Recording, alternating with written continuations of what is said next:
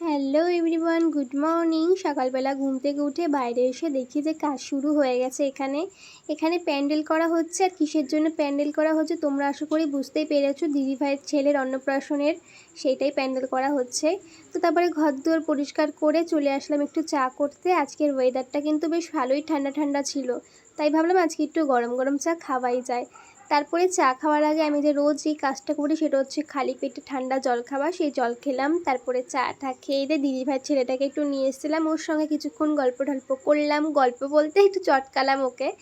যাই হোক, তারপরে খেলাধুলা করে রান্নাটা কমপ্লিট করলাম। আর আরেকজন তো ওই বিল্লির সঙ্গে খেলতে বসে পড়েছে বাচ্চাদের মতন। তারপরে স্নান টান করলাম, আজকে বৃহস্পতিবার ছিল, আলতা পরলাম। এই নেল পালিশটা আজকে সকালে কিনেছিলাম, তাই ভাবলাম আজকে বৃহস্পতিবার আছে, নেল পালিশটাও পরে নিই। তারপরে ঘুম টুম থেকে উঠে আজকে একটু অনেক দিন পর দই ফুচকা খেতে ইচ্ছে করছিলো, তাই ওকে বললাম একটু দই ফুচকা নিয়ে আসো। দই ফুচকা খেলাম। আর আজকের দিনটা কিন্তু